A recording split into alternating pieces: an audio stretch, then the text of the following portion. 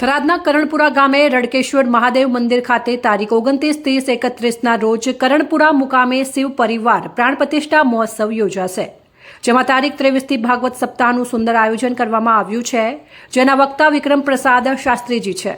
તેમજ તારીખ 29ના રોજ ગુજરાતના ખ્યાતના લોક સાહિત્યકાર રાજભા ગઢવી લોક ડાયરો કરશે. તેમજ પંચકોટી મહાયજ્ઞનું પણ આયોજન કરવામાં આવ્યું છે. આ સમસ્ત આયોજનના સર્વ જનતાને પધારવા કરણપુરા ગ્રામ્યજનોનું હાર્દિક આમંત્રણ આપવામાં આવ્યું છે.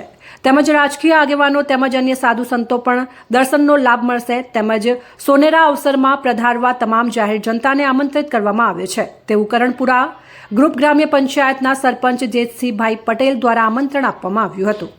અહેવાલ મહેન્દ્ર ઓઝા, થરાદ.